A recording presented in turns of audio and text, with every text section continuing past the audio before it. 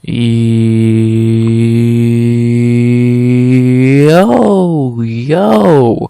RX finally back with another breakdown of UFC 302 Makhachev versus Poirier. We are finally back with another breakdown. Oh, it's been too long. It's been a week, but still, that's too long without fights. And we are back with a pay-per-view, which is always great. Yeah, I'm back. Great to fucking be back, especially with a card like this, which is decent. And like I said, I'm very happy to be back. I think we're all happy to have fights back after a pretty fightless last week when the biggest fight last weekend was a Paige Van Zandt boxing match. I feel like we really did not have much to look forward to. So thankfully, we're back with fights for a long strand of time. I don't remember how many cards in a row, but however many there are, I'll be breaking down and recapping every single one of them, like this one. So, yeah. But enough rambling. UFC 302, we're back in Newark, New Jersey for the first time since, was it Cejudo Aljo last year? I think around the same time, if I'm correct. That was 288 or some shit, I believe. Something along those lines. So, yeah, we back with a pretty fine pay-per-view, and, yeah. Let's break it down. Before I do, please like, comment, subscribe. 100 subs goal by the end of 2024. This is my 199th video. The recap for this will be my 200th video, which is fucking insane. So, just so I know. And, yeah, like I said, like, comment, all that shit. Yeah, unless I'm gonna say something, let's break down some fights. 12 fights in total. And it's a pay-per-view, so we have early prelims, and in our first early prelim of the night, the first 5 of the night, curtain jerker, whatever you want to call it, we head to bantamweight, or flyweight, okay, my bad, it's always bantamweight, we head to flyweight for a fight that has changed a few times, but this is what we're going to be getting Saturday night to begin the card, as we have André Mascotti Lima versus Mitch Raposo. This is Lima's, I believe, third opponent on this card, because he was first meant to fight Hong Sung Park, which that would have been a really intriguing fight. Then he was meant to fight that guy. I'm not going to try and I didn't have to learn his name for this card, so I'm not going to say it right now. And now his third opponent is Mitch Raposo, who I believe stepped in sometime last week or some shit. So, a few opponent changes, but eventually Lima got a fight, and he's gonna open the night. So let's talk about him first. I think a lot of people know Andre Lima by now, for his debut, because he is 1-0 in the UFC, coming off Contender Series. In his UFC debut, he fought Igor Severino, and I think we all know what happened there. He got fucking bit, which was an instant DQ, as it should be. And, yeah, so he got a W there, a disqualification. As he deserves, because if you're fucking biting your opponent, you're a fucking idiot. So, yeah, and that dumb fuck Igor deserves to be cut for doing that shit, so, yeah. But, in that fight, Lima looked good. He definitely had some bad moments, but he also had some good. His striking's really good. His ground game, it needs a little work, but it's not bad. His get-up game's really good. He's a good fighter. He's a really good prospect. Only 8-0, 25 years old, riding high after that insane fucking debut. Let's see how he looks here on pay-per-view. Well, on a pay-per-view, opening the card. Not gonna be in front of a lot of people, but the few people that will be there will still be more than any Apex card. And yeah, good for him that he's getting this spot after his crazy debut. And see how he looks here. Again, I think he's a very intriguing prospect. I don't think what we see Saturday night will not be the best Andre Lima we see, because the kid is only 25 and he's so young, so he will be getting better each fight. So, and he already looked great in his debut. His striking is great. He has a really good step and elbow. He's a really good striker. Again, his ground game is not great, but it's not. It's definitely a lot better than a lot of fighters. His get-up game's really good, so it's gonna be a lot. You're not gonna just hold Lima down. You're not just gonna beat him on the feet. So I'm interested to see how Lima looks here. Definitely a step down in competition. Like, as stupid as Igor is, that kid was actually pretty good. So to go from him to Raposo is definitely a little bit of a step down, but I think he'll do just fine. So yeah, Lima, pretty good fighter. Let's see how he looks here. To talk about his opponent, Mitch Raposo. I don't know if I'm saying that right. I really don't care. Mitch is, of course, making his UFC debut. He's had a few attempts to get into the UFC over the last couple years. He was first on The Ultimate Fighter, where he lost to Ludovic Shololian. That's not a great loss, especially since I think he was like a really hyped up dude. Like, I think he might have been like one of the first few picks off the board or some shit. So yeah, he's really hyped up going into that fight. And on TUF at least, and he lost. And then, not even that long after TUF, he got a shot on a Contender Series against Jake Hadley, and got submitted. He got submitted by Jake Hadley? Come on. He's not a really good fighter. The 2 times I've seen him fight, I've not been impressed. And like, yeah, he's 4-0 since those 2 L's, but 3-2, 7-4-1, 2-0, 4-2. The dude's pretty much beating he is beating tomato cans, so I don't think this guy's very good. And it's funny, this fight was meant to be on Contender Series, so the UFC really wants Raposo in the UFC. I don't know why. He's not that good. Like, I get he's young, but he's not shown anything to be a UFC level fighter. His 2 losses, when it came to getting into the UFC, were to Ludovic Shololian, who got cut, and Jake Hadley, who sucks. So it's like, I'm not fucking impressed when, like, if he was losing to decent fighters, like, I would get, but you're losing to Ludovic Shololian, who went 0-2 in the UFC. You're losing to Jake Hadley, who just lost a few weeks ago. It's like, and everyone else, every time he's fought anyone else, it's a tomato can. The best fighter he's fought and beat is probably this dude who's 7-2 and 7-4-1. Like, cause the rest of his guys he's fought are fucking amateurs, pretty much, or can't 15 or 5-14-0. Wow. Yeah, I don't get it with this guy. Yeah, he is ground game's okay. It's there. His striking is there. He's just not good, and I really don't see why the UFC is so hell-bent on getting this guy into the UFC. They finally did it. But I think this kid's gonna get fucking, I don't even want to say exposed, because I don't think anyone thinks he's good. I think he's just probably gonna get beat again, and show why he's not a UFC level fighter for the 3rd time.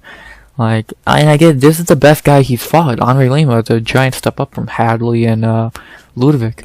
But if you're losing to Ludovic and Hadley, you're gonna get fucking annihilated by Andre Lima. So I've not been impressed with Mitch the 2 fights I've seen him in, and looking at his record, everything else is just cans. This dude is gonna have to do a lot to impress me here, because I'm just fully not impressed. So I respect to stepping in on short notice, but that's the only, like, good thing he's done so far. We'll see if we can get an upset. I doubt it. The betting odds for this fight have Andre Lima minus 270 to plus 220. I agree. You could have Lima up to 400, I would say. Lima's gonna win this fight. I really don't know how he would even lose this fight. Unless Mitch fucking holds him down for 15 minutes. I don't see Lima losing. And I don't think Lima's gonna get held down for 15 minutes. Like, I think Lima's better on the feet. I think his cardio might be better. His ground game is good. Probably better overall than Mitch's. And he's not even gonna go for takedowns. Like, Lima's really good. And I really just think this is just going to be a showcase fight for him. I really just... Mitch has not shown anything to be good enough. He's not shown he's on Lima's level. So, until proven otherwise, I look at this as a quick, easy win for Lima, which he deserves after getting bit. So, I went Andre Lima, and in fact, I know on this card, this might be an insane statement, Lima's my lock of the night. I know there's a lot of people who can be the lock of the night. one guy in particular, you can easily call it. But after looking through the card, my most confident pick that if I was picking Islam, I would say Islam, but I'm biased. Fuck Islam. Since I'm not picking Islam Makhachev, I'm going Andre Lima. And this is a close debate. I'll talk about my other lock options throughout the breakdown when I get to them. But it could have been a lot of people. But I'm going to go Andre Lima for my lock of the night. I think he's just a better fighter. Simple as that. And I think he will walk away for W here. So, give me Andre Lima to win. How? I could see him TKOing Mitch. Mitch is just not good. So, I'm gonna say,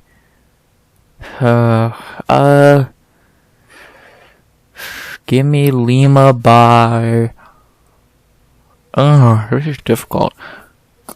I want to say decision because I can see it happening, but at the same time, I could see it not. Give me Lima by...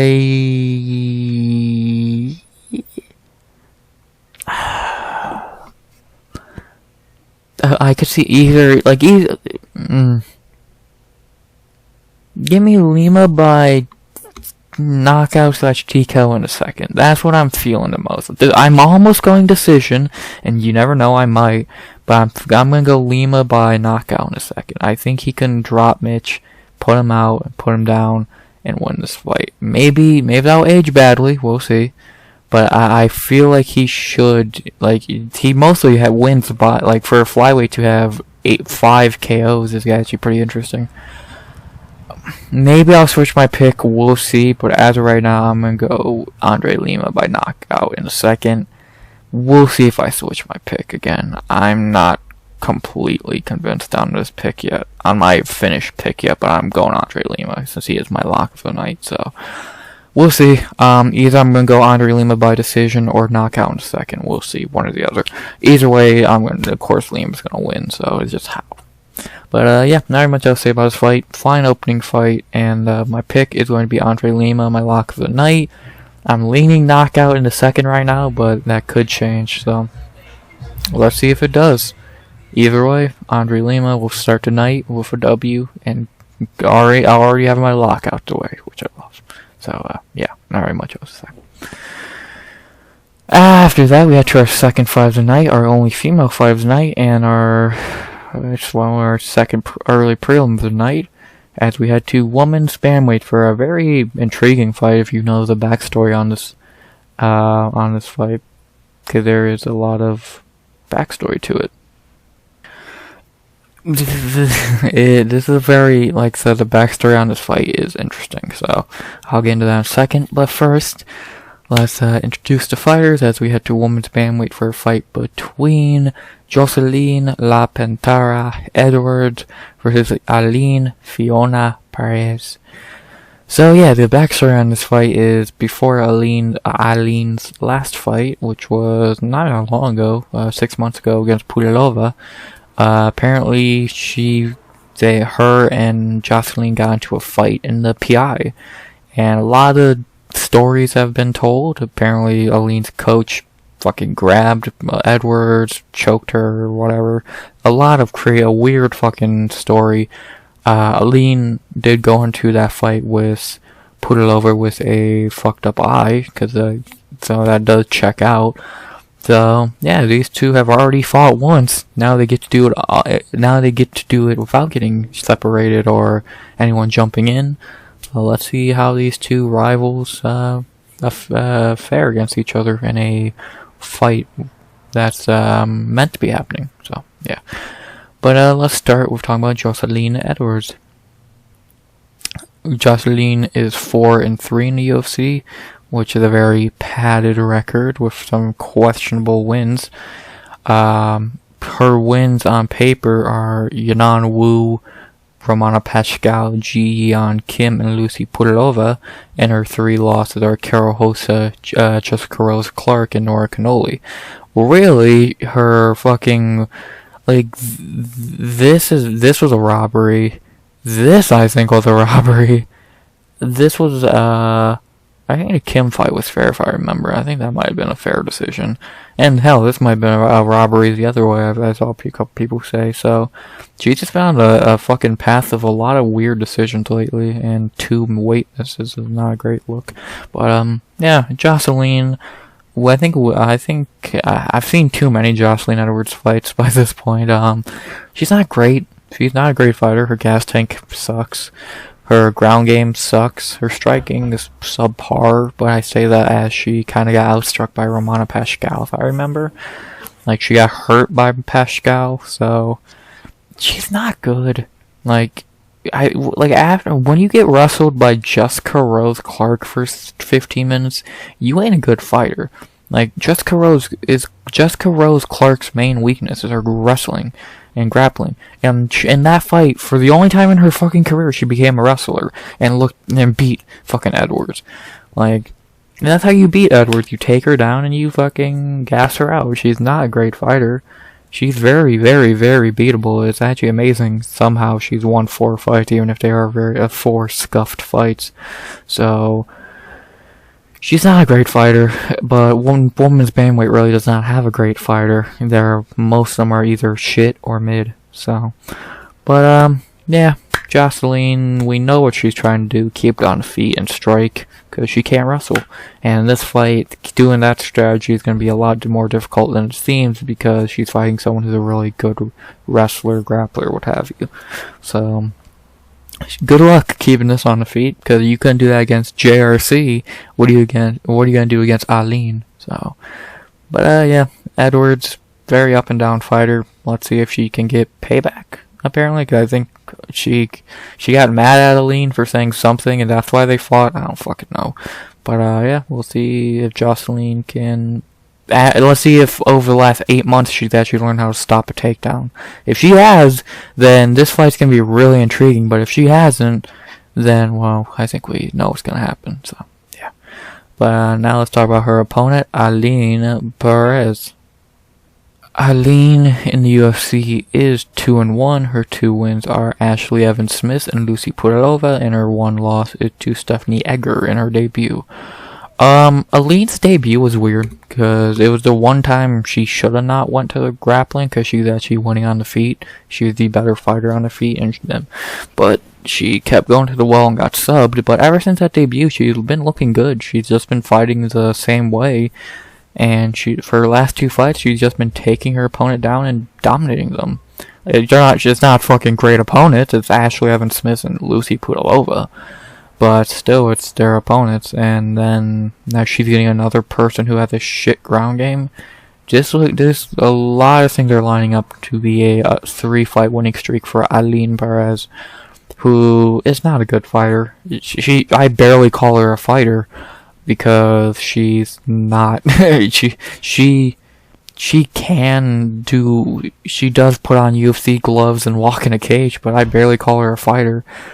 She doesn't even hide that she's just a fucking model more than anything. So, if she wins, you know what's gonna be happening in that cage. So, she's not, I don't know, another OnlyFans fighter who ain't very good. But, so far it's working out for her, 2-1, looking like it could be 3-1 in UFC. Maybe she's gonna break the mold, but I doubt it. So, let's see what Ailin can do here. In a fight she should win, to be honest, because the betting odds have Ailin Perez minus 265 to 210. Yeah, I kind of agree, which is I kind of agree and I kind of don't. It's really weird fighting style wise. If you were to look at Joselyne, if you've watched these 2 fight, Ailin should win. You could either have her minus 300 favorite, if anything. But Joselyne has been off for a couple years, for about 6 months, or 8 months, 8 months. Maybe she's gotten better at grappling. We'll see. She's a bigger fighter. She's way better on the feet, so if she can stop the takedowns, she should win. But that's been her problem in the UFC. She can't stop the takedowns. So, But definitely a part of me is thinking these two hate each other so much, maybe Ailin throws the game plan out the window and just fights. Which, if that happens, that's going to be really weird and intriguing to see. But I highly doubt Ailin's going to do that. She's going to want to win more than anything. And, yeah, I really don't see her doing that. I see Ailin probably fighting her fight, which is takedown, takedown, and takedown. It's going to be probably pretty boring. But what can you do? Who am I going to pick here? I'm going to go Ailin Perez. She should win. She's a better fighter. What she's good at is what Ailin is shit at, and that is grappling, wrestling. And she should easily get Edwards to ground if just Rose Clark did. So, I'm going to go Ailin Perez. She should win this fight. And I'm going to go by... Do I get crazy and say a fucking finish? I'm kind of feeling like, 'cause I don't know if this is gonna go 15. She only had one submission and 4 TKOs. I don't know why. I'm feeling a finish. Maybe I'm fucking insane. Has Joselyne ever been submitted? Probably. She's been who submitted her? Oh, it was outside of UFC. I'm leading Ailin Perez by submission. I don't know why. I might do that. I might go on Ailin Perez submission. Maybe even a TKO. You never know. But, yeah, I think I'm gonna go Ailin Perez for sure. I might go a submission, man. I might. We'll see. I'm leaning a submission in the second-ish. Joselyne will be pretty tired by the second or third. We'll see. Maybe a TKO, because Ailin got really close to TKOing Lucy Podolova. So you never know what can happen. Right now I'm going to just say Ailin Perez is my pick. Same thing with Andre Lima. I'm just going to say they're my pick. I'm not going to lock in a finish right now, because I really am not confident in anything yet. But for right now, I'm going to go Ailin Perez, just in general. So, I'm leaning submission. It could be a TKO, could be a decision, you never know. But for right now, I'm going to go Ailin Perez to get the win here. Should just get the takedowns in. Maybe she'll get a finish on the ground, or she'll win a 30-27. We'll have to wait and see. But yeah, I think Ailin Perez will win this rivalry match. And to end the early prelims, we had to wait for a fight that I don't even know why, or again, why, but it's a fight that's going to happen, and I don't know why one of these guys are even still here.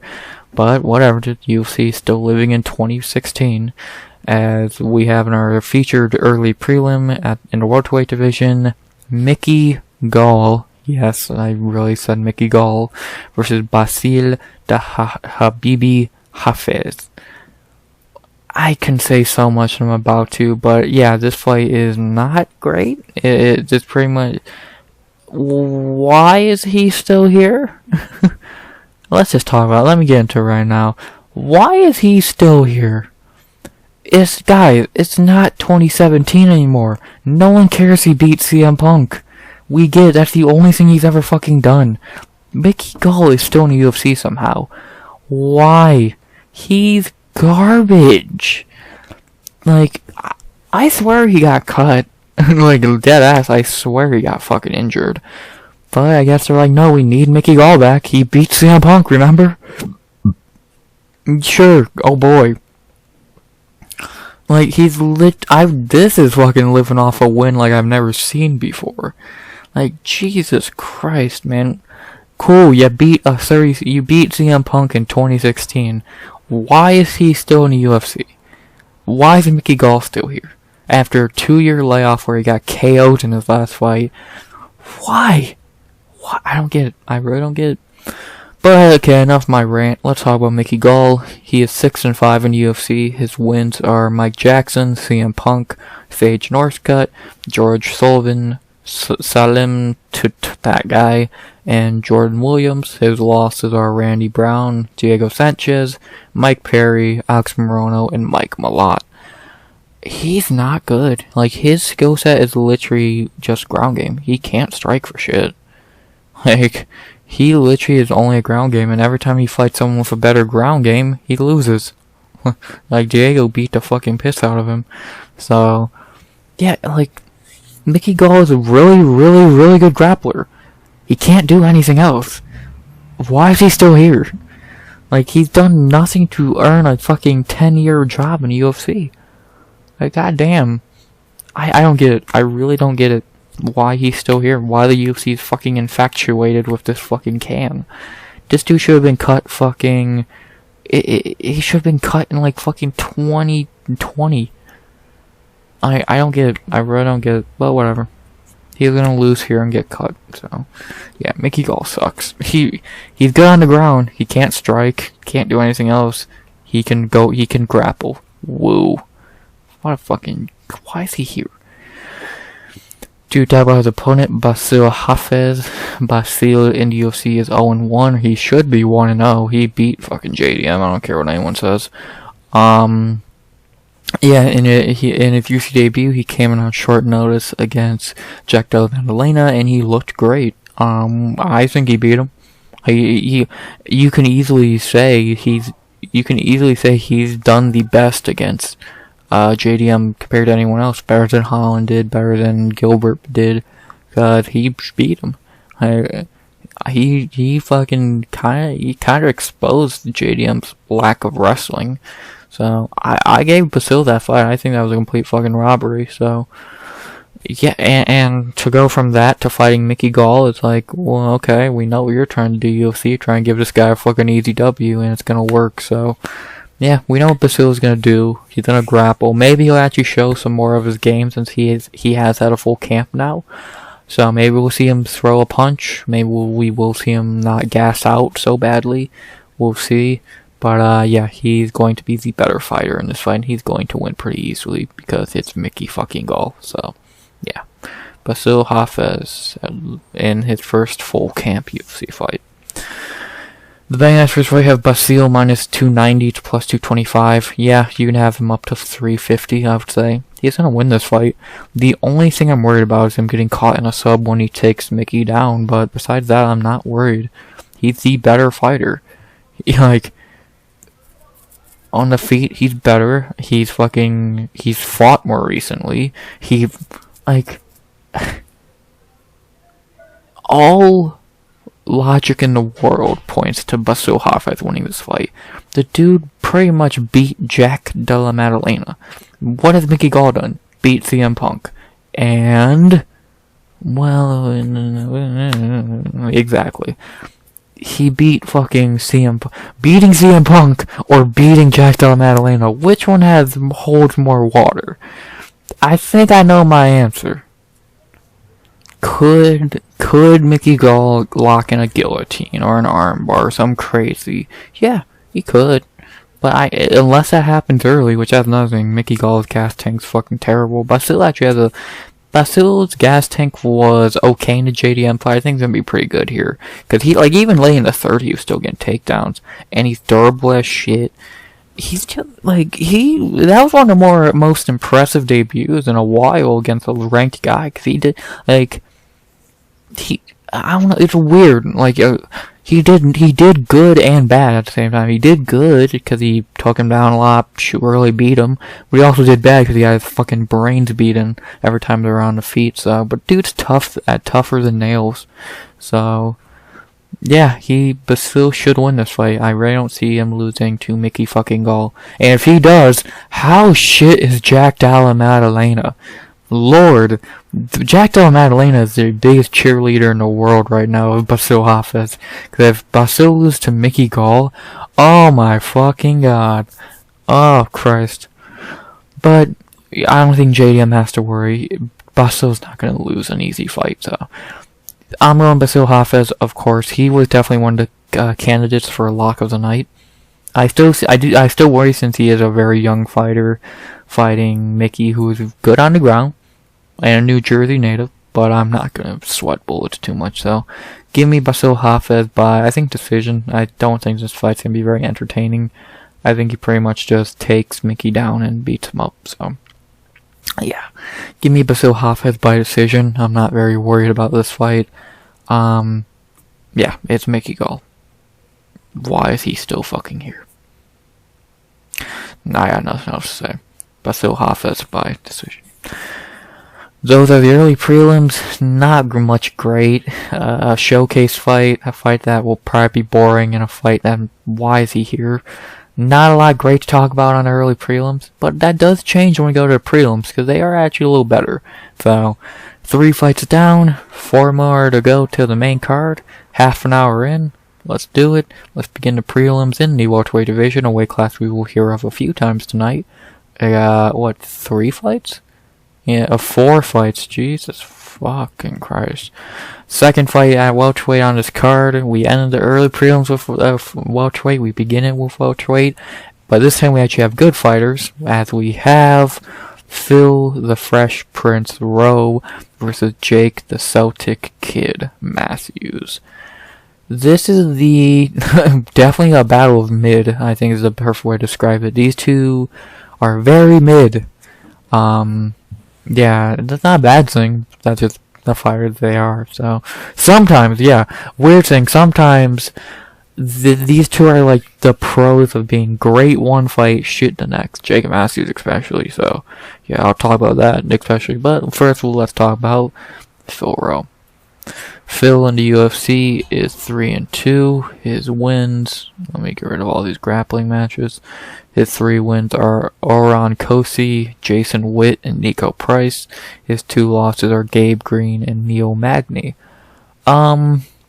He's not a great fighter, but he's not a bad one. When he's on, he looks great. Like against Niko and fucking Jason Witt and all that. I get terrible fighters, but still they're wins. He can look really good at times when he's fighting the right fight, but then he runs into Gabe Green. That was his debut, so I'll give him a little bit of slack. Or Neil Magny, who that was one of the most boring fights I've ever seen. He easily could have won that fight. So he's a weird one. Again, he's very hot and cold. Like we've seen him look really good at times and really bad. Like when he's using his reach and striking at distance and all that, he's pretty good. But it's when he's fucking gassing out late in fights or fucking getting controlled, what have you, is when he looks pretty bad. So, yeah, he's had bad moments in fights, and he's had really good moments. So, we'll see what Phil Rowe shows up this fight. If he fights smart, what Phil Rowe's fighting smart is Phil Rowe fighting at range, using his fucking jabs and fucking kicks and all that. He's much bigger than Jake Matthews, like he is in most of his fights. He is 6'3" compared to 5'11". He has a fucking 8.5 inch reach advantage. So, yeah, he's going to be, if he can use his reach well enough, he should be able to do some good work here. But he is fighting a veteran in the Celtic Kid, Jake Matthews, who is 12-7 in the UFC. God damn, this dude has fought so many times. To go down some of his wins, some of his most notable wins, he was on Tough 10 years ago. Fuck. Some of his best wins are The Leech, Diego Sanchez, Andre Filho, Darius Flowers, Emil Weber Meek. Those are the best wins. The best one's clearly The Leech. All the other ones are just like, eh. His losses, James Vick. God, come on, dude. Kevin Lee, Anthony Halbach, whatever. Anthony Rocco Martin, Sean Brady, Sumblesberger, and Michael Morales. Weird fucking up and down of losses. Like, you have good fighters like Kevin Lee and Michael Morales, and you have James Vick and Sean Brady and Matthew Summerberg. It's like, what the fuck? How did he beat the Leech? That's my question. How the fuck did he beat the Leech? He's like the most hot and cold fighter ever, and for a long time, before the Filho fight, he was the most one-dimensional fighter ever. Because all he could do was fucking grapple. He was just a wrestler. That's why he got, 5 wins by stoppage, and they were all submissions, or a one doctor stoppage. Like, he was literally just fucking taking people down and controlling them. But then, out of nowhere, in the fucking Filho fight, he became a striker, and he looked great. But that quickly turned to be a fluke, and then Summersberger beat the shit out of him somehow. But then he looked pretty good against Darius Flowers. Yes, Darius Flowers does suck. And then he lost to Michael Morales, who's really good. He's just weird, man. He always shows these flashes of really looking really good, like Philho, Leach, etc. But then he looks like shit against a Sean Brady and a Matthew Semelsberger. So it's like, I can't get a fucking read on this moron because he can't fucking fight consistently, and those are the most annoying fighters, the guys who can't fucking fight consistently. So, like, one night he'll fucking look like a world beater who's going to fucking win his next fight, and then the next fight he looks terrible against a guy he should have beat. So, we'll see what Jake Matthews shows up here. He is coming off a loss, which doesn't lead to my idea of he will probably, for some reason, he'll look amazing this fight for whatever fucking reason. But we'll see if that's true. So, yeah, he's fucking Jake Matthews, just the most like he has his. I will say at least he has got his striking to be a little bit more. I don't even want to say better, just usable. He can throw punches. He's still not a great striker, but he can strike. He does get dropped a lot. Semelsberger dropped him. I think Mike Morales dropped him. Flowers, I think, hurt him maybe once. Some bullshit. So, yeah, he's definitely got better striking, and we know his ground game's good, so we'll see what he can do here against a tough opponent like Phil Rowe. The betting odds for this fight have Jake Matthews minus 165 to plus 135. I disagree. I would have this a pick'em, 115 apiece. I really don't see how you can give anyone an edge here. You got two guys who are consistently not fighting at their abilities, two guys who have coming off losses, and two guys who, again, don't show up all the time. So this could, like, this fight literally comes down to whatever guy's gonna show up at their best. Fuck. The scariest part is to think it might be neither of them. So, but if they both show up at their best, now we had a fight, but most likely only one of them will actually show up and look good. So, yeah. Who do I think that would be? I'm leaning Phil Rowe. I think he can keep it standing, because we know Jake Matthews definitely wants to get on the inside, get him down. I think Phil Rowe can keep it standing, fight at range, use his length because he's fucking ginormous. And he should be able to win this fight. He looked fine. He could have won that Neil Magny fight. Could have looked better in that though. He's had a lot less UFC fights, but he's a little less experienced. But I think he might be the more. His path to victory is a lot easier than Jake's, because Jake's gonna need to get him down and keep him down. Some Neil Magny couldn't even do. Like Magny couldn't get him down. So it's gonna be an interesting fight. We'll see what happens. I'm not counting on a finish. I really would be amazed if there was a finish. I don't know who would get finished or how. So most likely this just screams a 15-minute fight. So yeah, it's gonna be interesting. I'm gonna go Phil Rowe, I believe. It's close, but I think he can keep standing. I trust him a small bit more than I trust Matthews to show up and look good. And I'm gonna say Phil Rowe by decision. I think he's going to fight at range. I could see him packaging the first 2 rounds. Maybe he fucking loses round 3, but if he can at least package the first 2 rounds, he can be safe. And because we know he definitely does not have the better gas tank in this fight. That definitely goes to Jake. So if he can just gas out later in the fight, then we should be in business. So I'm gonna go Phil Rowe by decision. I am a little worried that the wrestling could gas, like, Jake will shoot takedown, so that could really gas Phil out early, but we'll see if it does. So I'm going to lean Phil Rowe. I think he should be able to win this fight, and yeah, I'm not confident in the slightest. I could see this being wrong very easily, so we'll see if it is. Give me Phil Rowe by decision. After that, we had to lightweight for a bathroom break, because this is going to be boring as shit. This is going to be so fucking bad, as we have in the lightweight division our second prelim of the night, Grant KGD Dawson versus Joe Solecki. Oh Christ. Well, if you've seen these two fight, you know what you're getting. You're getting a wrestler versus a grappler. Oh boy. And neither of these guys can strike for shit. We're in for a fight of the year contender. And now we're fucking not. This gonna be dreadful. Yeah. I can definitely wait for this fight. No, I did not misspeak where I did not say can't. I said I can wait for this fight. Let's just talk about Grant Dawson, the fraud. One of a few on this card. Grant in UFC is 8-1-1. His wins are Julian Erosa, Mike Trizano. Did he fight down at fucking featherweight? God damn, how the fuck was he making that? Erosa, Trizano, Derek Minor, whatever, Nadi, Leonardo Santos, Jared Gordon, Mark Madsen, and Demirez Magulov.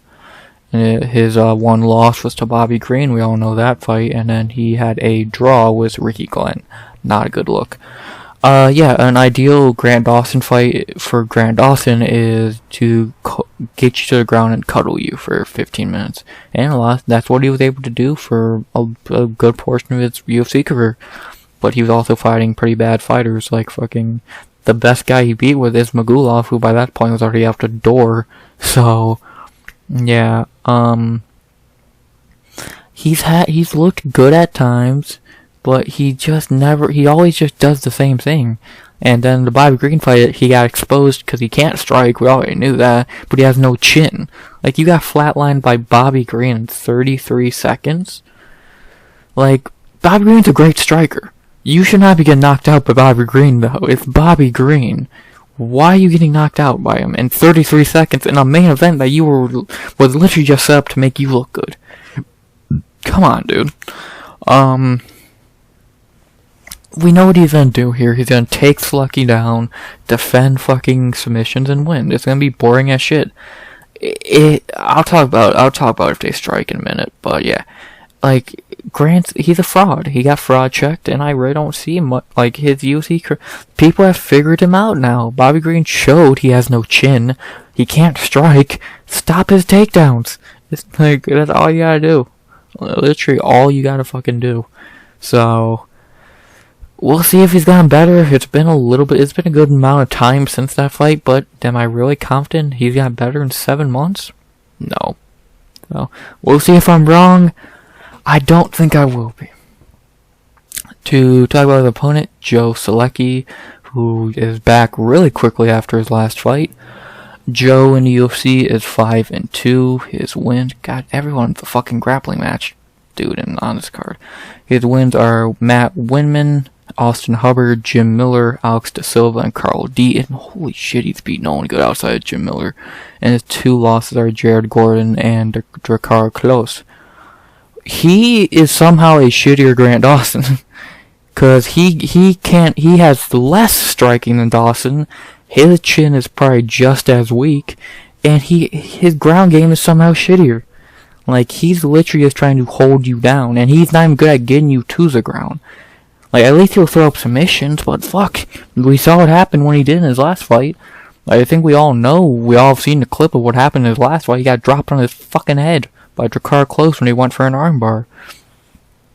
So, he's back a little too quickly after that to begin with. Let alone, he's, like, 5 months is not enough time to get better. He's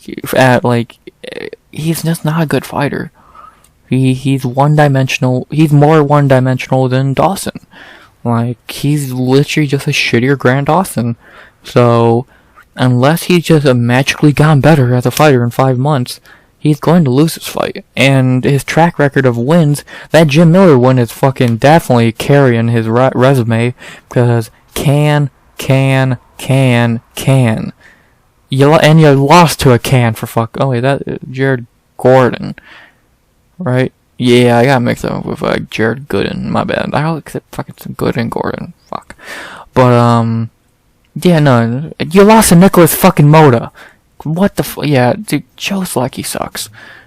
He sucks. And yes, I did pick him to beat Drakkar Klose, and I feel stupid. He sucks. Solecki's not good. And it's gonna get exposed again here that he is not good. The betting odds for this fight have Grant Dawson minus 320 to minus 250 to plus 250, my bad.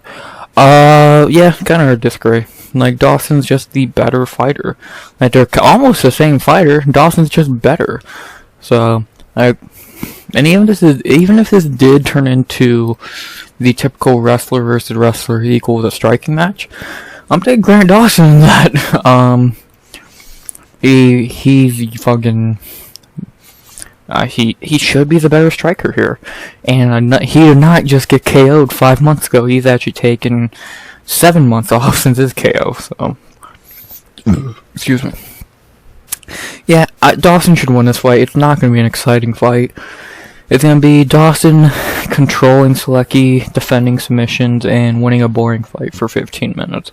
So, if you're ready for that, well, then you know what to expect. If you actually think this is going to be like some interesting fight, it won't be. So, yeah. I'm going to go Grant Dawson by decision. I'm not excited. I don't care. And this fight's going to suck. So, let's get our pillows ready and get comfortable for a 15-minute decision. Give me Grant Dawson by decision. After that, it gets worse. Well, a little better. But still not good. And in our featured co-main of the prelims, we have a fight that just got moved down to the prelims today, thankfully, because this shit was on the main card. This shit was meant to be on the main card, not anymore, so good decision, UFC. But, yeah, as in our second to last prelim of the night, we have another boring fight between two bad fighters, as we head to heavyweight, which is, we know, the land of no talent. So, as we have Jailton Manhadino Almeida versus Alexandr King Kong Romanov. Oh boy, I can't wait for this fight. It's not two guys who can't fucking strike. It's two fucking dudes who can't fucking fight. Let's go. Let's talk about Jailton Fraud Almeida. Jailton in the UFC is 6-1. His wins are Danilo Marquez, Parker Porter, Anton Turkali, Shamil Abdurrahimov, Jorginho Rosenstrike, and Derek Lewis. And his one loss was in his last fight to Curtis Blades, where he got fraud checked. Yeah, he sucks. He's not a good fighter. All he can do is fucking grapple you. He can't take a punch. He can't fucking punch. He's never thrown a punch in the UFC. He's not good. He's terrible. He's a fraud who beat up easy opponents. And the second he fought someone who was actually good, not actually, Curtis Blades ain't even good. Once he fought someone who actually had a ground game, he was fucked. So, yeah, Jailton Almeida sucks. Simple as that. Like, I can't put it in simpler terms. But he's not a fraud. He lost to Curtis Blades. You just fucking contradicted yourself, dickhead. Curtis Blades ain't good. Jailton Almeida's just worse. Jailton Almeida sucks. Speaking of sucks, his opponent, Alexandr Romanov, the Burger King Kong. Romanov in the UFC is 6-2. He's had fucking 8 fights. Jesus. His wins are Rogue Martinez, Marcos Rogerio de Lima, Juan Espinova with a robbery, Jared Vandera, Chase Sherman, and Blagoy Ivanov. His 2 losses are Marcin Tybura and Alexander Volkov. Yeah, really, he should be 5-3 in the UFC because that Espino fight was a robbery. Besides that, he beat up a bunch of cams. Like, besides De Lima, but that was when De Lima was shitty. So, Romanov is not good. He's just a fat dude. Like, and he's never got, we all know his biggest problem is he can't fucking fight for more than 2 minutes while gassing out. And he somehow never gets, he keeps getting bigger. Like, how are you getting bigger? Like, and how are you getting shittier as a fighter? I don't get it. Romanov sucks. He's not good. And I'll be exposed here again. He's just a big dude who can throw you around and fucking ground and pound you. He can't strike. He can't he has no heart. He'll quit at any fucking side of adversity. He's terrible. Simple as that. He's a terrible fighter. He was hyped up for a minute. Trust me, I was hyping him up as well. In this area, he was hyped up. He was really hyped up. And then this fight happened where he looked awful. Then he got back on the hype. It's like, okay, he's not bad. And then Tybura and Volkov beat the piss out of him. He sucks. Simple as that. Romanov is a one-trick pony just like his opponent. So, is what pony can do their trick better in this fight. The betting on first fight have Jailton Almeida minus 300 to plus 240. Sure, I think he's probably the better fighter here. Not saying much when they both suck. These are two dudes who just can't strike. There's just gonna be two dudes fucking cuddling each other. I'm gonna go Jailton Almeida by decision. I don't care. I think both of them suck equally. And yeah, we're gonna see what pony can do their trick better. Can Jailton get him down and cuddle him, or can Romanov get Jailton down and ground and pound him? We'll find out next time on. Hopefully, I wish it should be the Apex, but yeah, I'm going Jailton Almeida by decision. He'll probably be able to survive the first 2-3 minutes of Romanov and then beat him up the rest of the fight. He probably will get a finish. I don't know. I don't care. Give me Jailton Almeida by decision. I don't care. Simple as that. I don't care enough. There you go. What pony does his trick better? That's the best breakdown you'll get from me. And now for an actual good fight. It's been a while since the Phil Rowe fight. For our featured prelim, a really fun fight in the middleweight division this is going to be really good. This could sneakily be one of the best fights on the card.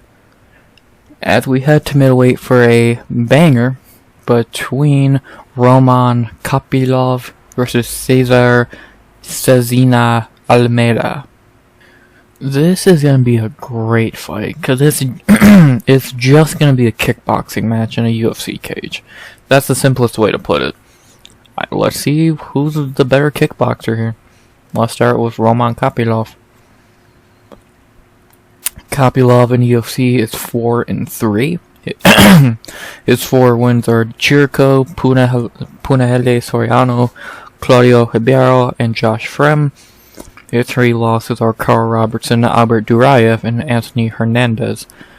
Kopylov had a nice little fucking Linsandy run from 2022 through last year, but he was kind of beating cans, to be honest, and then he met Anthony Fluffy Hernandez, who exposed he still has no ground game. Kopylov is still a really good fighter, don't get me wrong. I know that I kind of just made him sound like a bum, but he's actually a really good fighter. He just has no ground game. None at all. That's why every fight he's lost in UFC is against A, a wrestler, and B, was by takedowns and all that. So he's a great kickboxer, but the second you actually start the second you start using MMA against him, or fucking just grappling, he falls apart. And we saw that against Fluffy when he was super hyped up going into that fight. He's still a good fighter, but unless he's really fixed his main problem in his game in 4 months... Well, actually, I say it like it matters. Cesar's not going to take him down, but let's just hypothetically say if Cesar really wanted to throw him off, then yeah, but nah. Even Kopylov still has not fixed his grappling. He don't need to for this fight. This is going to be a kickboxing match, so... But after this fight, when he probably will fight someone with a ground game again, he's definitely going to need to fix that grappling, because that shit is weak. But on the feet, he's great. He has really good kicks, great kicks, to be honest. Really good punches, good power. He's a good fighter, and he's really gonna... Fighting this guy in a kickboxing match is gonna be it's gonna be dangerous for anybody. Even if the guy he's fighting is a former kickboxing champion who beat Alex Pereira. And of course, I'm talking about his opponent, César Almeida. César in the UFC is 1-0, coming out of Contender Series. In his UFC debut, only 2 months ago, he finished Dylan Butka. Fine debut. He kind of got... His weakness is pretty much the same as Kopylov. He has no ground game. I think his ground game's better than Kopylov's, because we saw in the Budka fight he was able to kind of stop takedowns. Not really well, but he was able to keep the fight standing enough to where he was able to hurt Budka and finish him. So, César, I get the main red flag from him. He is 36 years old at middleweight, but he's not bad. He's a pretty good fighter. Now we're actually going to see his kickboxing, because in his first 2 fights, we saw this was more of a grappling match, and this was a total wrestling match. Now we're going to see him in his element, a kickboxing match, and I'm really, really excited to see how he does here. I think this could really show how good he is. Because if he comes out here and looks great in a kickboxing match against a tough opponent and a ginormous step up like Roman Kopylov, we're in for a really interesting fight and a really interesting prospect. So, and again, we're talking about a dude who beat Alex Pereira in kickboxing, no less. So, this dude can kickbox. Kopylov's gonna be in for a difficult fucking time. Let's see let's see what happens, man. Let's fucking see what happens. It's because unless fucking Kopylov gets smart and tries to grapple, which I don't know why he would. Kopylov definitely is the better grappler in this fight, but not by much, and that's not saying much. So, this can be a straight kickboxing match for 15 minutes or less, and I can't wait. The betting answers, I have Roman Kopylov minus 135 to plus 115. I disagree. That should be a pick'em. If this is just going to be a straight kickboxing match, you're talking about, again, he beat Alex Pereira in kickboxing. I get he's 10 years older than when that fight happened, but still, this dude could be a problem. Kopylov's good. Don't get me wrong, Kopylov is really good. But someone's biting off more than they can chew here. Either Kopylov fighting a pro kickboxer, or César jumping up to fighting Roman Kopylov. We'll see which one it is, but I can't wait to find out. Cause I feel like we might be getting a finisher. Maybe. Really good chance of it, but you never know. This is going to be fun. I'm really excited for this fight. This is going to be really interesting. Who do I think's going to win? Okay, who do I think is going to win this kickboxing match?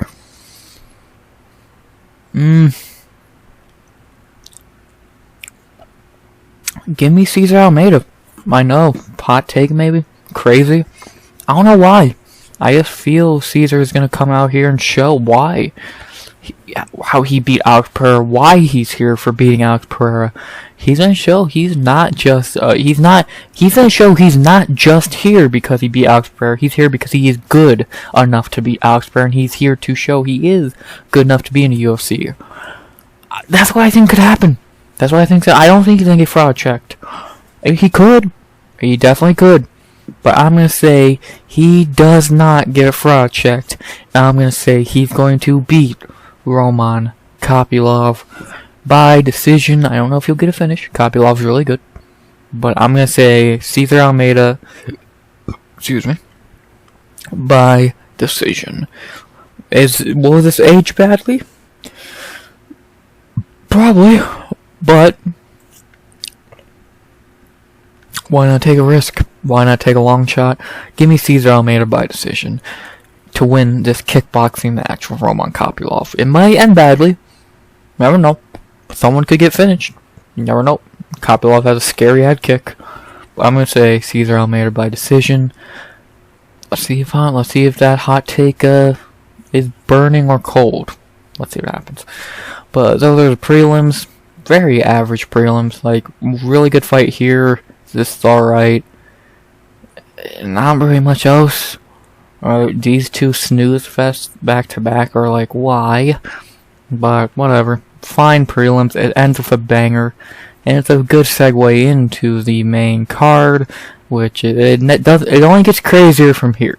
So, let's get into the main card of UFC 302. 59 minutes into this bitch. We're in for a treat. It might not look great on paper, but it's not bad. So, let's get into this UFC 302's main card. We begin in the welterweight division with a fight between Randy Rude Boy Brown versus Elizeu, Zaleski, Dos Santos, Capoeira, somewhere in there. So this is a really intriguing fight to open the main card. Definitely, I might say the most difficult fight to predict on the card. This or the Kopylov fight. This is going to be a good fight. This is a fight between two very solid, like two of the best unranked welterweights in the division. This is gonna be good. These two. This is a hard one to predict. Predicting either of these two to lose is never easy. So let's see. Let's see what happens. Let's start with Rude Boy Randy Brown. Randy Brown in the UFC is 12-5. His wins are. Some of his best wins are, let's see, Mickey Gall, Brian Barberena, Warley Alves, Alex Oliveira, Jared Gooden, Chaos Williams, Trinaldo, and Muslim Salikov.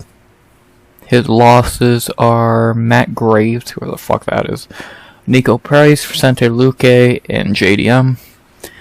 Randy Brown has been really weird in the UFC lately. Like, he's had some really great performances. Like, he looked great against Salikov. He looked pretty good on this stretch of fights. Maybe iffy here, but then he had this really awful performance against Wellington Turman for no reason. I was really confused why he looked so bad against Wellington Turman, but he proved that was just an off night by flatlining Muslim Salikov badly, only a couple months ago. So. Randy Brown kind of reminds me of a way better Phil Rowe. He's the same height, pretty much the same reach, I believe. A 2-inch shorter reach, but still fucking 6'3". He reminds me of a better Phil Rowe, what Phil Rowe could be. He's very tall, length, he uses the reach great. He actually has good power in his shots, really good kicks, good cardio. He's a really good fighter. Again, he just hit a lot of fucking roadblocks in his career, like Vicente Luque or Niko Price or JDM.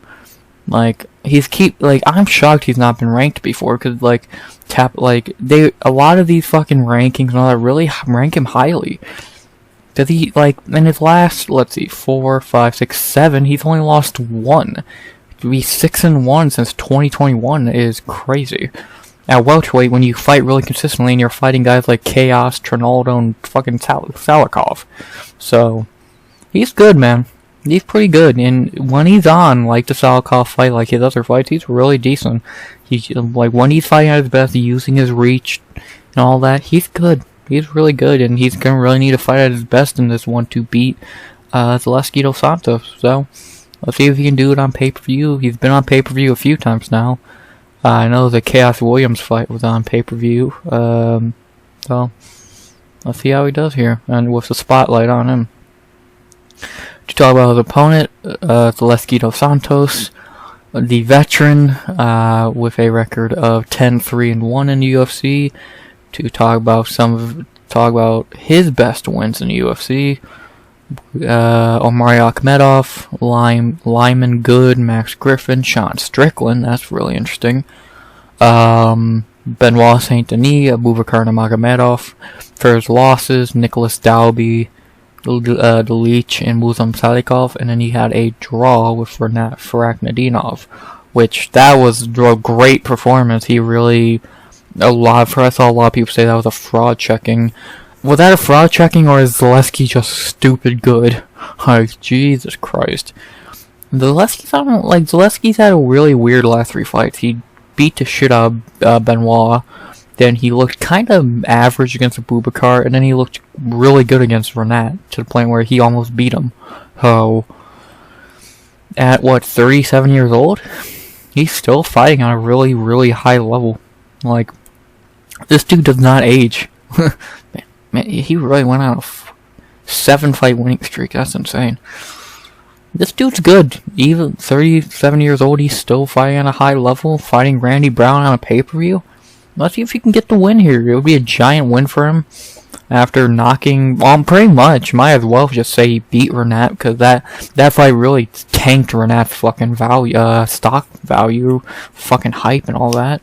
So, yeah, Zaleski's good, and he's getting a real test here, and he's a real test for Randy at the same time, so let's see how he does here, man. 37 years old, he's really good. He's like really good at everything. He's a good striker, he's a good grappler, good cardio, good this, good that. He's just a really solid fighter. He's another guy I'm shocked I've not been ranked before, because he is just that good. So, Let's see if he can get a huge win here. The betting odds for this fight have Randy Brown at -155 to +130. I would have it to pick them. These are two great fighters who could, if they fight 10 times, they might go 5-5. Like, these two are really, really, really good. I could see this going either way. I could see Randy Brown using his reach and just like being able to keep Zaleski at range, not let Zaleski get on the inside, get takedowns. That's what Dos Santos wants. And if he's able to do that, then he'll win the fight. But I could also see Zaleski getting on the inside, taking Randy down, beating him up, etc. I could see this going either way. No way I'm going to have a confident pick here because I don't fucking know who's going to win this fight. But I'm going to go with who do I think, and it's a lucky guess, if anything, who do I think's going to take this fight? Fuck. Give me Randy Brown. That's who I'm feeling. I'm feeling Randy Brown. I think he will be able to get the win here. Keep it at range. Fucking do your thing. And win. We've seen Randy Brown fight at really great levels before, and I think he's going to do it again here. So give me Randy Brown by decision. I don't like picking against Zaleski, because Zaleski is really fucking good. But sometimes you gotta. So yeah, give me Randy Brown by decision. I hate picking against either of these guys, because it's hard to be confident picking against them. But let's see who gets the W. Give me Randy Brown by decision. I don't know what's going to happen in this fight. It's going to be good, though. After that, we head to our second fight of the main card. Second fight of the main card at welterweight, and the fight that got moved up today in replace of Jailton Almeida, which is way better than the Almeida fight. And a rematch, which I did not know till a few hours ago. But we do have a rematch here in the welterweight division between two veterans, as we have Niko, the hybrid Price, versus Alex, the great white Morono. This is gonna be intriguing. A rematch from a fight from when they fought. When did they fight? It was like fucking 10 years ago or some shit. It was a draw. Yeah, they fought in 2017. So when they fought the first time, Morono got knocked out, but Niko popped for weed, so it got overturned, which is fucking stupid. But yeah, so this is a rematch from 2017. In fucking 7 years, these two have definitely changed as fighters, and I don't think this is gonna go the same way as it did in 2017. Maybe I would be a little shocked if it did go the same way, to be honest. Because since 2017, one of these guys has kind of fallen off a cliff as a fighter, and the other has kind of been stagnant in wins and losses, but is fighting at the best level of his career. So we'll see if time changes how this fight goes. So yeah. Let's start with talking about Niko Price. Been a while since we've seen Niko in there. First time since the Lawler fight last year in International Fight Week. In the UFC, he is 7-7-2. Those two no contests are for popping for weed, which again is fucking stupid, because that's not going to get in that debate. His wins in the UFC, his best wins in the UFC are Joe Ban, Randy Brown, funny enough, Tim Means, James Vick, and Alex Oliveira. His losses are Luque, Abdulrazak Al Hassan, Geoff Neal, Luque, Michel Pereira, Phil Rowe, and Robbie Lawler. He's for a minute, the way he fought was really getting him wins, and he was looking good in the UFC. But after a while, his style really started to catch up to him.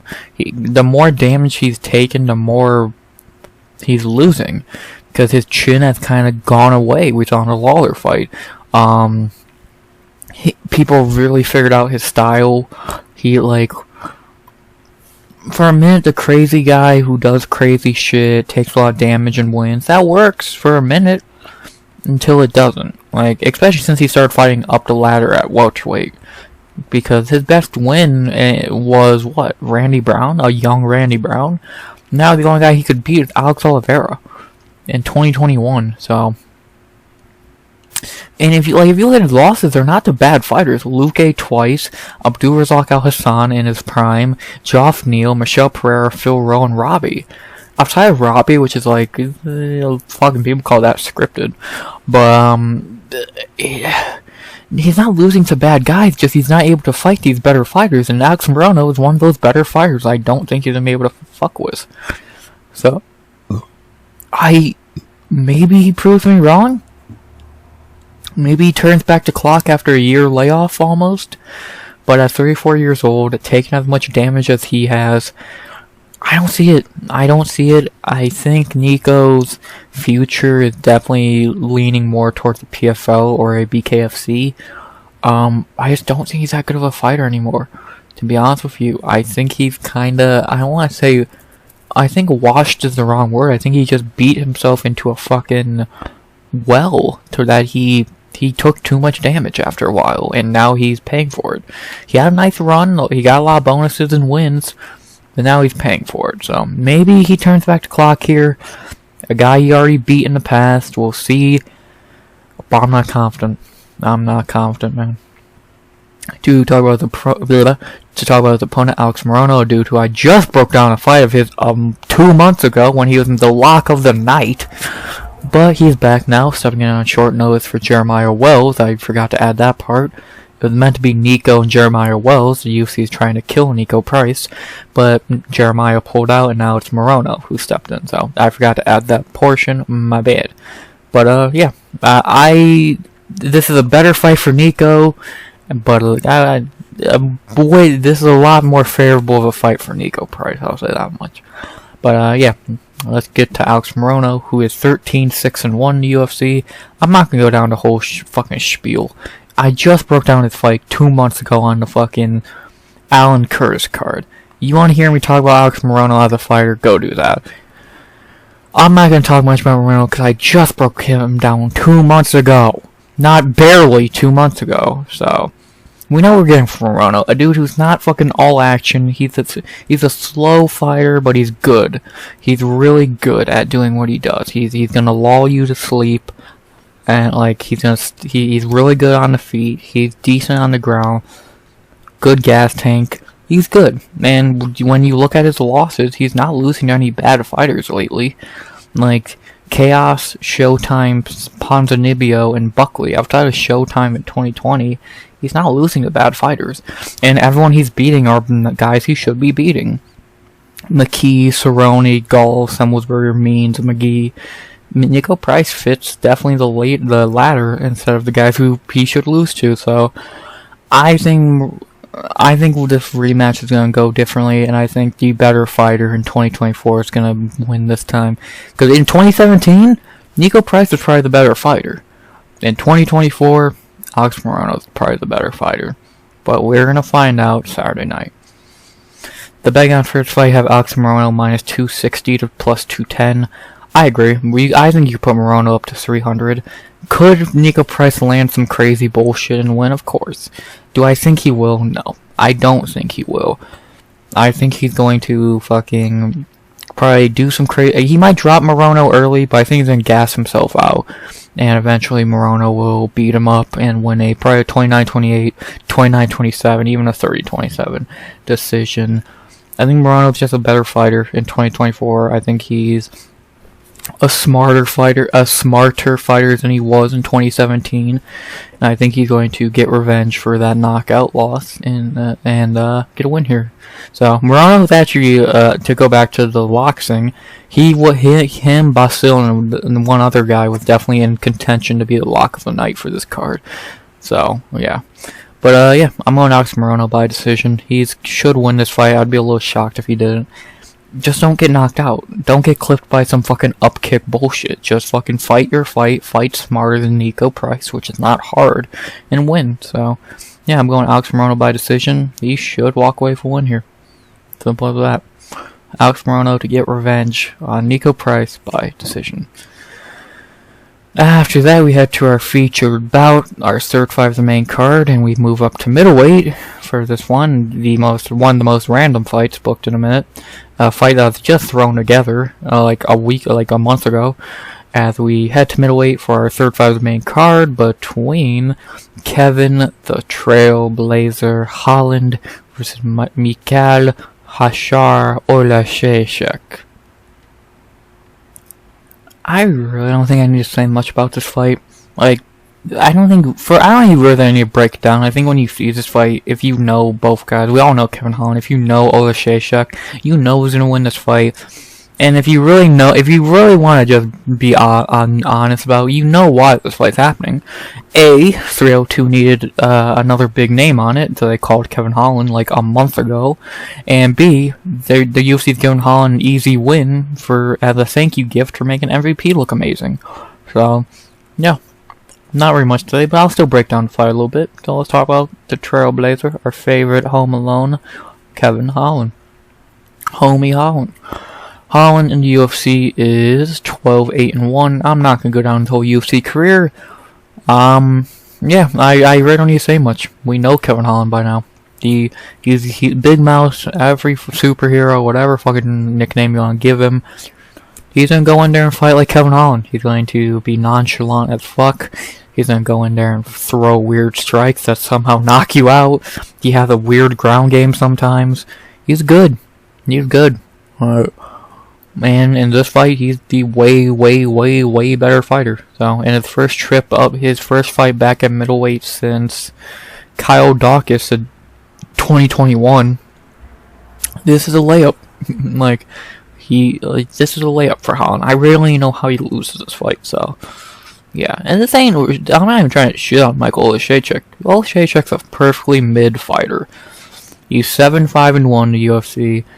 His best wins are John Volante, Modestas Bukauskas, Shamil Gazatov, Sam Alvey, Cody Brundage, and Chidi Njokuani. His losses are OSP, Jimmy Crute, Dustin Jacoby, Kyle Borrello, and Michelle Pereira. And he had a no contest with Khalil Roundtree in his debut. I don't really need to say much about fucking Oleksiejczuk. We know what we're getting with him. A dude, like, if you watch the Chidi Njokuani fight, you know what he's gonna do. He just tries to just bull rush forward and fucking hurt you. It somehow worked. Sometimes. Don't work often, but when it does, you have a crazy fight like the Njokuani fight. So, but then when it doesn't work, you have Michelle Pereira knocking his fucking shit around the block in a minute, so. Oleksiejczuk ain't good enough to beat Kevin Holland, but he's a fine fighter. So, and he's coming, he's just here to lose. He's getting a nice paycheck and he's here to lose. 3 months after getting beat up by fucking Michelle Pereira. Yeah, this is gonna go well. Kevin Holland should win this fight easily, as I've said. And the betting odds agree. Minus 250, Kevin Holland. He should be like minus 400. He's gonna win this fight. I don't see how he would even lose, like I said. He's a better striker, he's better on the ground, he has better cardio, he's the bigger fighter, he's the better fighter. Holland's gonna win this fight. I really don't have anything else to say, so how is Kevin Holland gonna win this fight? I'm gonna say by knockout in the first. I think he's gonna be fucking pissed off. I think he's gonna go in there wanting to get a knockout, or get a finish. I think he's gonna do it quickly. Oleksiejczuk has shitty defense, so yeah, I'm going fucking Kevin Holland. And Kevin Holland's the closest to being the lock, besides André Lima. It was kind of between Lima and Holland to an extent. Well, but Kevin Holland did not get that regard. It did go to André Lima because it's a little tough to trust Kevin Holland because it's still Kevin Holland, but he should win this fight pretty easily. So, give me Kevin Holland by knockout in the first. I think I'm gonna go with that. We'll see. But I think Oleksiejczuk has been KO'd a few times. He only been KO'd once. What KO'd him? It wasn't even in the UFC. So, he's been submitted 4 times in the UFC. Jesus. Interesting. Oh, I think Kevin Holland's gonna be the first fighter to finish Oleksiejczuk by knockout in the UFC. So, yeah, give me Kevin Holland by knockout in the first. Should be an easy night in the office for the Trailblazer. And I can't complain, because who does not love Kevin Holland? So, yeah, not much else to say. And now we get crazy, because now we have the co-main event of the evening. A crazy 5-round banger in the middleweight division between two psychopaths, as we have the real middleweight champion, Sean Strickland, versus Paulo the Eraser Costa. This is going to be fucking insane. And I can't wait. Should this fight be happening? No. Strickland should be fighting Drakus in Perth.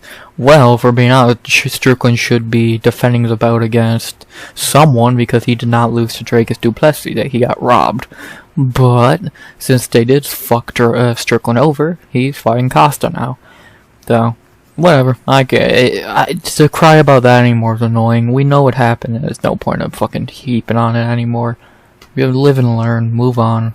And we got this banger to look forward to, so, yeah. No, I'm not gonna go in depth on these two. You know these two. This is gonna be insane. We know Sean Strickland gonna walk forward with his fucking stupid stance and somehow do good. Costa's gonna throw everything he has to try and kill Strickland. He might succeed because one punch is all it takes for Paulo Costa. And this is gonna be insane. And I can't wait. I really don't need to break down the fight much. We know what's going to happen. Either Sean Strickland's going to win a decision by beating up Costa, or Costa's going to knock Strickland out early. I could see a world where Strickland does get a finish. It is a 5-rounder, so by round 4 and 5, Costa's going to be dead tired, as Strickland is just getting into the fight, for fuck's sake. So, I am intrigued to see how... If Costa will be able to land that KO punch. I don't think he will be. I think he's probably going to get beat up. And I'm really intrigued to see if Strickland can get the finish later in the fight when Costa's dead tired. So, it's going to be a fun fight, man. It's just going to be blood and fucking war. Give us fight of the night now, because it's going to be insane. And, yeah. Can't wait. The betting odds have Sean Strickland minus 205 to plus 170. I think you put Strickland up to like 250, 260. He should win this fight. Unless he gets clipped early, which is unlikely. I'm not very worried about Strickland losing this fight. After it goes into round 2, it's kind of over for Paulo. He will be dead tired by then. And by round 3 and 4, if it was a 3-rounder, you could really make a case for Costa winning, but in a 5-rounder, Costa's fucked. So... I'm going to go Sean Strickland, obviously the real middleweight champion. And I'm going to go by decision. I don't be shocked if there is a finish late in the 4th or 5th. Because we know Costa's going to be dead tired and Strickland won't be. But Costa ain't a quitter, though. I'll give him that much. He don't quit. In the Vittori fight, in the fucking Whitaker fight, in the Yoel fight, he ain't a quitter. But he's not going to be able to win this fight after round 1, so... Let's see if he gets a lucky punch. I'm going to say he doesn't, and I'm going to say Sean Strickland wins a decision. Probably like a 49-45, something along those lines. So, yeah. Give me Sean Strickland by decision. Will he get a title shot after this? Hey, Dana, are you going to lie, or are you going to be honest? If you're being honest, we know the answer is no. Because a bunch of snowflakes are going to cry their little eyes out, because Strickland is a meanie. Ugh, shut up. Strickland got robbed, and he's about to win here. So... Give me Sean Strickland by decision. And now, we go into the main event of the evening. The main event of UFC 302 for the UFC Lightweight Championship of the World. Where we have Islam Makhachev versus Dustin the Diamond Poirier. Can he finish the story? No. I don't have to. I can't hype it up anymore. Islam's gonna win. We know it. We know it and we hate it. Trust me. We all want Dustin to win. He ain't gonna. If they fight 100 times, Dustin might win twice. And I'm saying if they fight 100 times in 2024, they're not. Dustin's not gonna fucking win this fight. I want him to. I'm gonna pick him. I'll tell you right now. My pick is going to be put in as Dustin Poirier. He's not winning this fight. I'm sorry. There's no. Islam cherry picked this fight for a reason. He wants an easy win. He don't want to fight Arman. He wants a fucking easy win against a fucking washed Poirier, and that's what he's gonna get. What the fuck? Unless he gets fucking knocked out, what is Islam gonna fucking worry about here? Nothing. He's gonna win this fight, and it's gonna be fucking annoying. We're gonna have to hear fucking Islam get his. People are gonna suck Islam's dick all for fucking weeks. The pound for pound bearish. As he's fought no fucking lightweights that actually deserve a title shot. Yeah, Islam's a fucking bum. But he's going to beat Poirier, sadly, so, yeah. The betting odds for this fight have Islam not at 480. He is about 6. I think he's at what 680 by now. He's like almost minus 700, which as crazy as that sounds, yeah, it's hard to really dispute. I would be hard to dispute that, man. Trust me, and I would love to fucking act like that's insane. If not, Dustin's good luck, man. You need it. I'm going Dustin Poirier. I don't need to tell you. I already said it. I'm going Poirier out of pure bias. I know he's not winning, but I can fucking dream, can't I? Give me the diamond to finish the story, Cody Rhodes style. It's not gonna happen, but we've seen crazier things happen. Let's see if the diamond can do it. Give me Dustin Poirier, and I'm gonna even get crazier. Give me submission in the first. Gilly, baby! Get the guillotine, Dustin. Dustin Poirier by submission in the first. Let's get it. Poirier, finish the story. We know you won't. We know Islam's gonna win. But we're all cheering for you, Diamond. Get that belt. Boom! Those are my picks. To go over them one more time.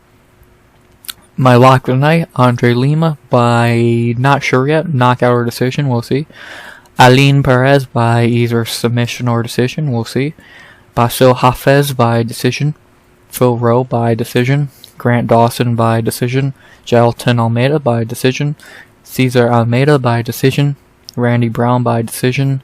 Morono by decision. God, I picked a lot of decisions. Kevin Holland by knockout in the first. Strickland by decision. And Dustin Poirier by submission in the first. Finish the story. Bang. That's the breakdown for UFC 302. It's a card. It's not a great card. It's a card. Yeah, a lot. I did not know how many decisions I picked till right now. Jesus. Yeah, we'll see what happens. I'm excited for this card.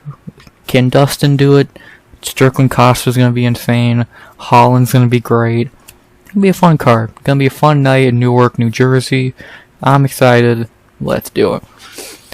You'll hear me recap this card Sunday. I can't make a fucking promise on when, but Sunday. And let's see if I'm recapping it with Dustin as champion, or am I recapping it as Dustin's retirement? We'll see. Either way, you'll hear from me Sunday for a recap of this card. But yeah, not very much else to say. Hope you enjoyed the video. Hour and a half. Love it. Good job. Good job, RX. You rambled for an hour and a half about shitty fights. Dope. For love of this sport, baby. But yeah, I'll stop rambling. I hope you enjoyed the video. Please like, comment, subscribe. 100 subs goal by the end of the year. And as always, unless I'm going to say something, which I don't believe I am, as always, RX out. Good vibes only, and always.